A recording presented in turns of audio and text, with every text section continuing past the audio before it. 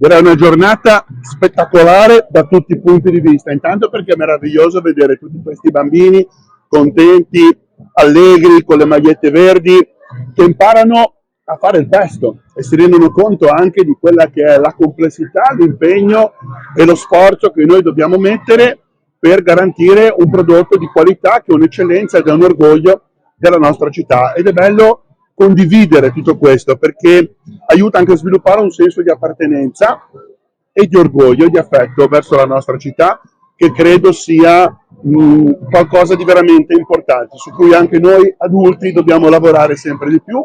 L'orgoglio di essere genovesi, l'orgoglio della nostra storia, l'orgoglio delle nostre tradizioni e della nostra grande tradizione enogastronomica. Un momento di grande comunanza perché questo istituto mette insieme giovani e meno giovani.